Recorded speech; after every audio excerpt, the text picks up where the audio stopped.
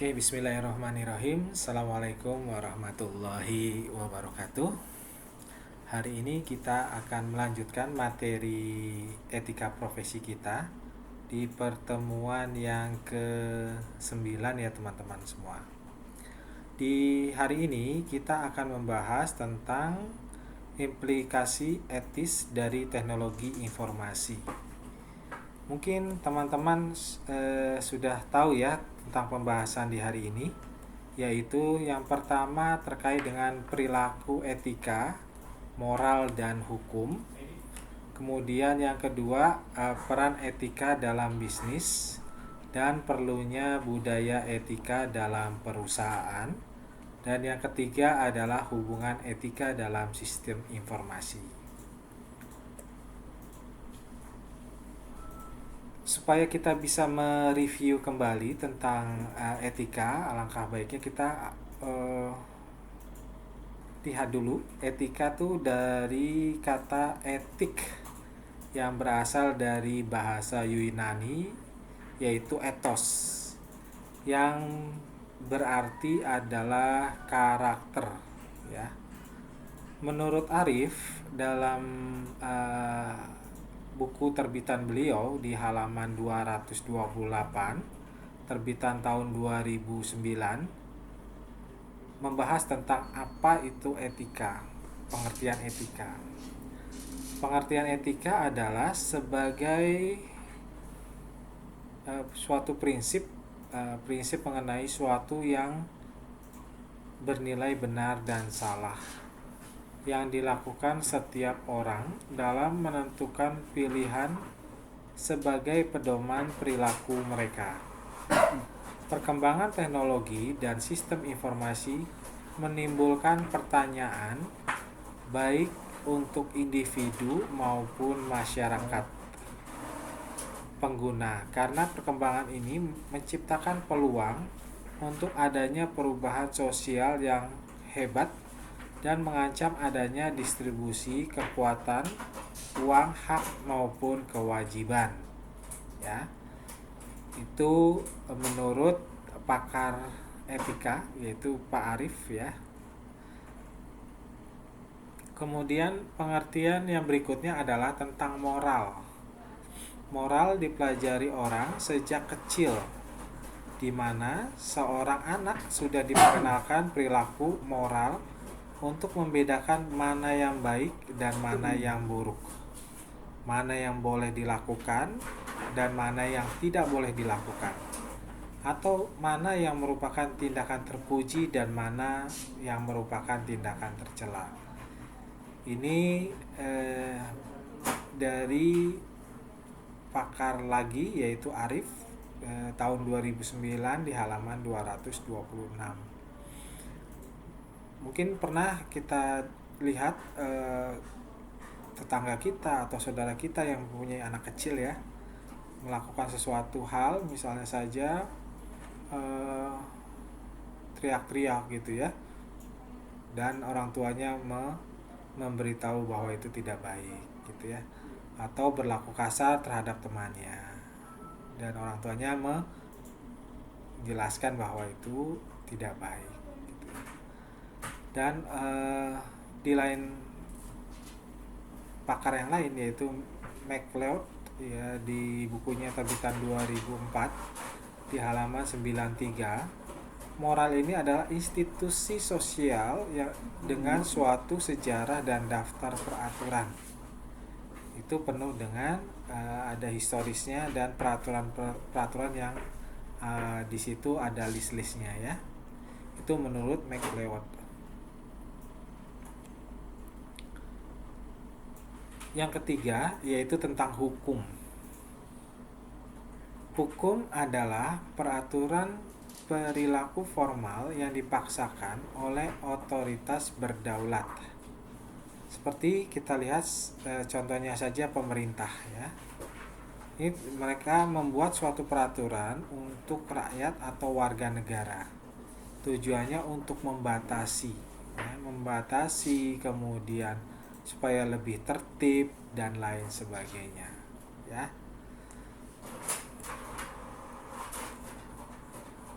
Di sini jadi pertanyaan, mengapa etika diperlukan dalam memanfaatkan sistem informasi?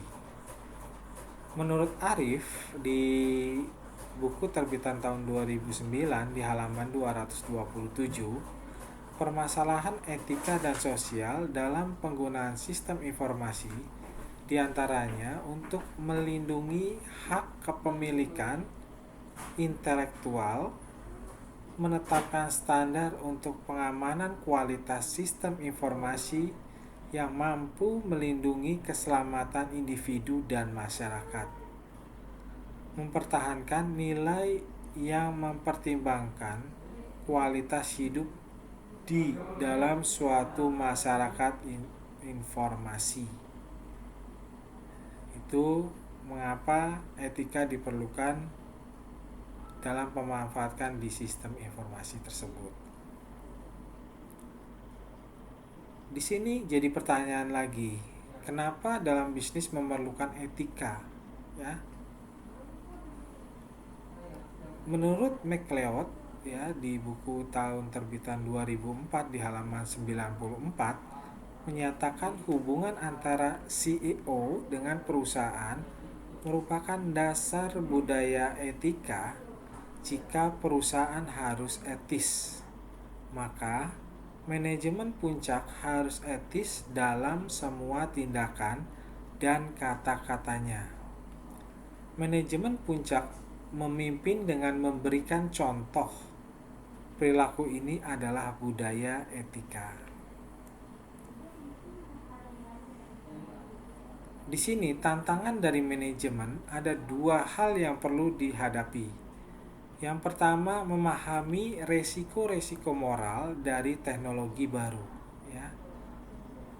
Kemudian yang kedua, membangun kebijakan etika organisasi yang mencakup permasalahan etika dan sosial atas sistem informasi.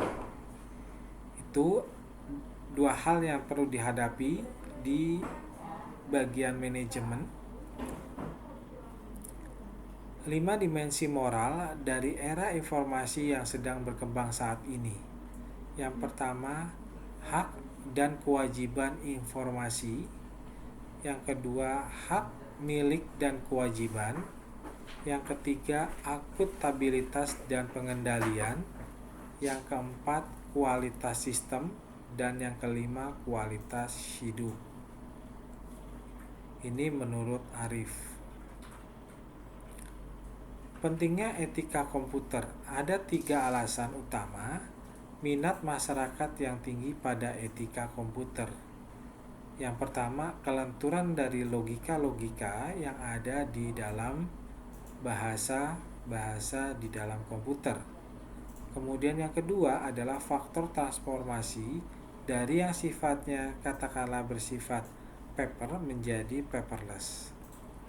Yang ketiga adalah faktor tak kasat mata. Ini menurut Arif juga, 2009 halaman 232. Sedangkan hubungan etika dengan sistem informasi, menurut James H. Moore, mendefinisikan ketika komputer adalah analisis mengenai sifat dan dampak sosial teknologi komputer, serta formulasi dan justifikasi kebijakan untuk menggunakan teknologi tersebut secara etis. Hak sosial terhadap keahlian komputer, ada juga terhadap spesialisasi komputer, atas akses komputer maupun atas pengambilan keputusan komputer. Ada 4 hak yang perlu diketahui. Sedangkan hak atas informasi ada yang namanya untuk hak atas aksesibilitas, hak atas privasi, hak atas akurasi maupun hak atas kepemilikan. Di sini contohnya saja hak atas privasi, ya. Hak atas privasi di sini bahwasanya seseorang tidak boleh untuk istilah mengintip atau mengambil file folder dari orang lain tanpa sepengetahuan atau tanpa memberikan informasi kepada orang tersebut, ya. Kemudian ada juga hak atas kepemilikan. Ini kaitannya adalah bertentangan dengan Undang-Undang ITE, di mana di situ hak tersebut sangat atau sudah tertera, ya, baik itu hak terhadap kepemilikan tidak boleh dipublikasi atau tidak boleh diduplikat, ya. Kalau pun diduplikat harus seizin pemilik, ya. Dan tentunya saja di sini kalau tidak ada izin maka bisa dikatakan adalah melakukan pembajakan, ya.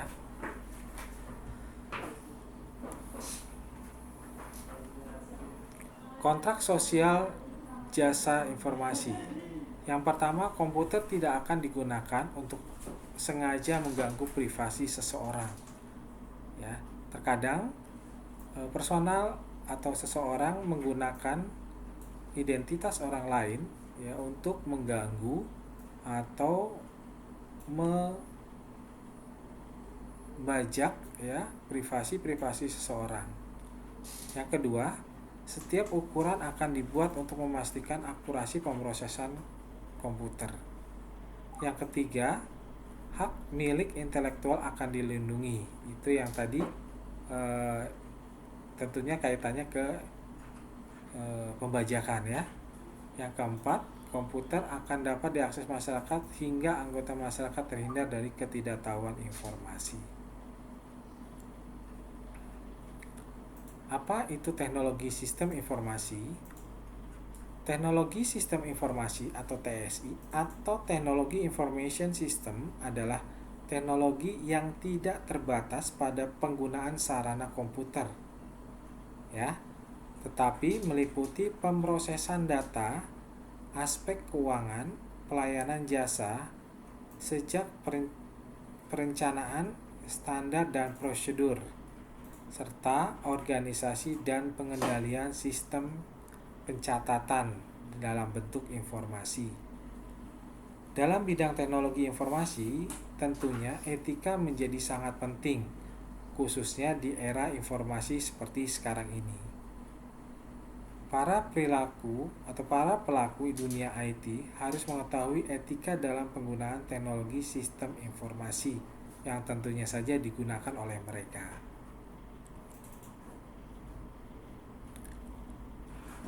Etika untuk pembuatan teknologi informasi. Pembuat adalah orang yang menciptakan teknologi informasi. Biasanya ini bentuknya sebuah lembaga besar yang tentunya saja di dalamnya terdapat para ahli-ahli teknologi di beberapa bidang. Namun tidak menutup kemungkinan dilakukan secara individu. Dalam membuat teknologi informasi, tentu harus memperhatikan etika IT, yaitu tidak menjiplak atau mengambil ide atau informasi dari orang lain secara ilegal. Salah satu contohnya misalnya di mana dulu, ya, ada perusahaan namanya Apple, ya, menggugat Samsung dikarenakan bentuk produknya yang dimiliki Samsung itu menyerupai produk Apple, dan akhirnya dilakukan yang namanya persidangan, ya, persidangan yang akhirnya dimenangkan oleh pihak Apple. Nah, itu salah satu etika untuk pembuat teknologi informasi. Sedangkan etika untuk pengelolanya, itu teknologi informasi, kita tahu bahwa pengelola adalah orang yang mengelola teknologi informasi. Misalnya saja provider telekomunikasi, ya, atau ISP, ya, Internet Service Provider. Etika bagi pengelola adalah merahasiakan data pribadi yang dimiliki oleh klien. Jadi ketika kita mendapatkan data pribadi, data itu tidak boleh diduplikatkan, disebar ke orang lain, itu tidak boleh. Ya, dan itu tentunya saja akan melanggar perundang-undangan di ITE. Ya, itu salah satu etika untuk pengelolaan teknologi informasi. Sedangkan etika untuk penggunaan TI lainnya, di sini kalau pengguna adalah orang yang menggunakan teknologi informasi untuk membantu menyelesaikan masalah dan mempermudah pekerjaan mereka. Ya. Etika bagi pengguna adalah tidak melakukan atau menggunakan aplikasi bajakan, ya, yang merugikan pembuat, menghormati hak cipta yang milik orang lain, tidak merusak teknologi informasi. Contohnya saja, misalnya kita mau mengutip sebuah tulisan dari blog atau halaman yang akan dimasukkan ke dalam blog pribadi kita. Maka di situ harus menuliskan atau mencantumkan backlink, ya, sebagai bentuk pertanggungjawaban atas kutipan yang telah dilakukan. Ya. Di situ supaya orang lain yang melihat blog kita atau tulisan kita mengetahui bahwa tulisan yang kita ambil itu dari orang atau blog yang lainnya, gitu ya. Itu contoh dari etika untuk penggunaan teknologi informasi. Oke, demikian pemaparan terkait dengan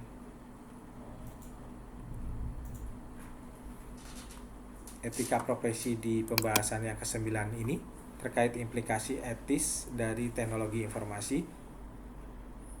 Dan teman-teman tolong perdalam lagi terkait pembahasan hari ini. Semoga apa yang kita bahas di hari ini teman-teman bisa eksplor lebih dalam lagi. Kurang lebihnya mohon maaf. Assalamualaikum warahmatullahi wabarakatuh.